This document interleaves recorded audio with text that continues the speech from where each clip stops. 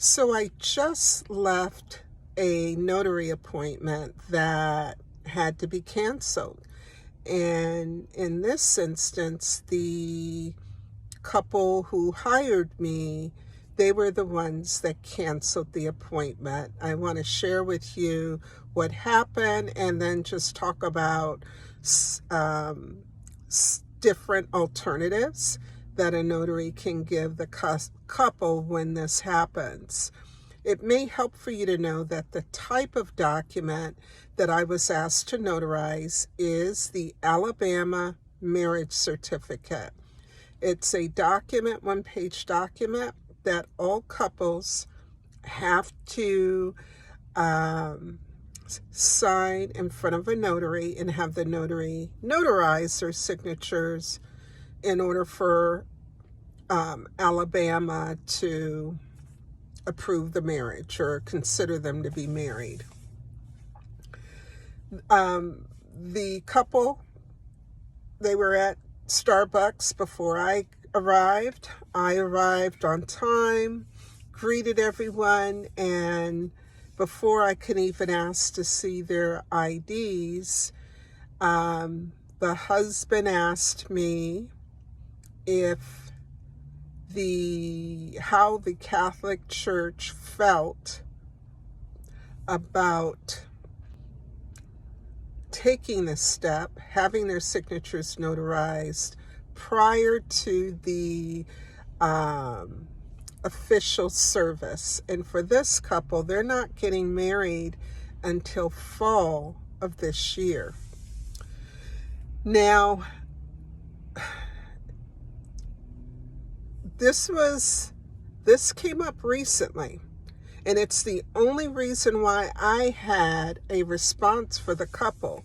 I let them know that a couple of months ago, another couple canceled the appointment because the bride found out, I think through her parents or future parent-in-laws, that their Catholic priest was very firm that the bride and groom were not to take this step and meet with the notary until the day of the marriage ceremony or after the fact. And so I shared that with today's couple. And I told them that really, truly, I said, I don't know anything about the rules of the Catholic Church as they pertain or relate to this document and marriage. And so I encourage them to reach out to their priests, which they will do this week. And if they find out that they can do it beforehand, they will call me back. And if they find out they can't, then they're going to try to get a notary in the fall on their date of their marriage ceremony. All right, so I know if you're a notary, a mobile notary like me, you're wondering, okay, now, Michelle, how did you handle your fee? I decided years ago that I would only request my travel fee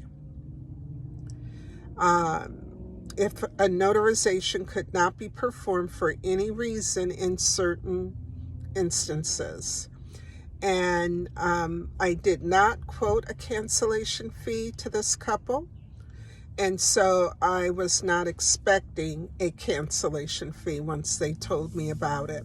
I will add, the couple, they seemed willing to pay me something, but I told them they did not need to worry about it. The distance I had to travel, the time I had to travel, was not an inconvenience or a hardship. And so I was very comfortable telling them, don't worry about it, we're fine.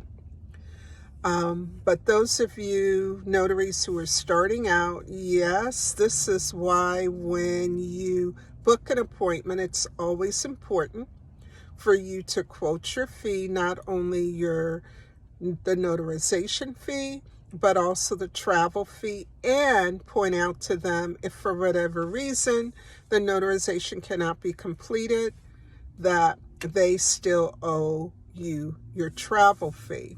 There are some notaries who require signers to pay in advance.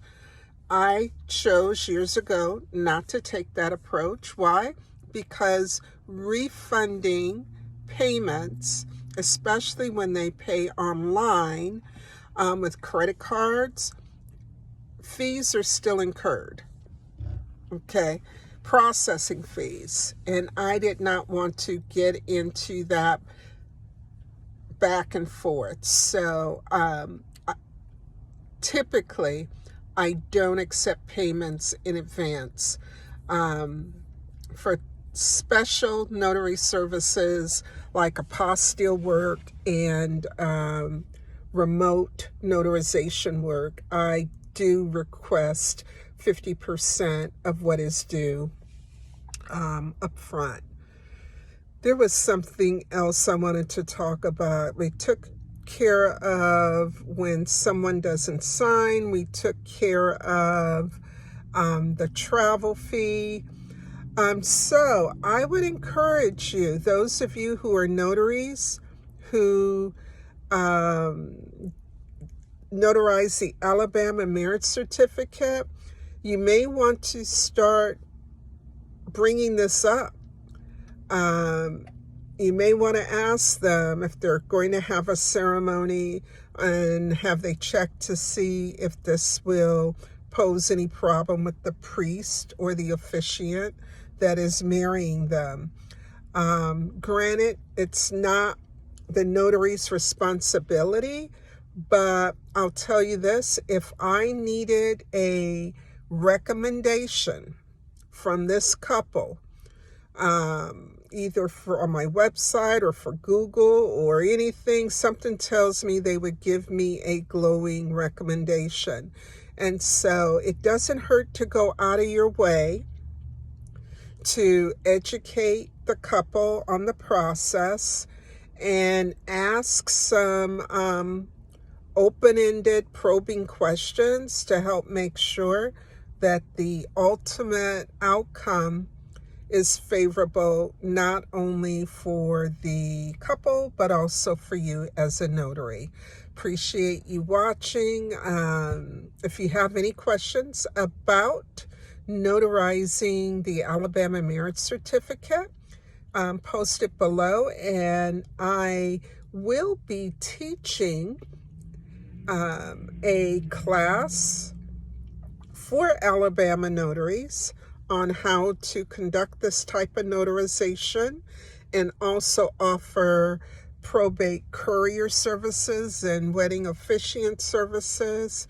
Just go to my website. I'll link it below, trainalabama.com, and that's coming up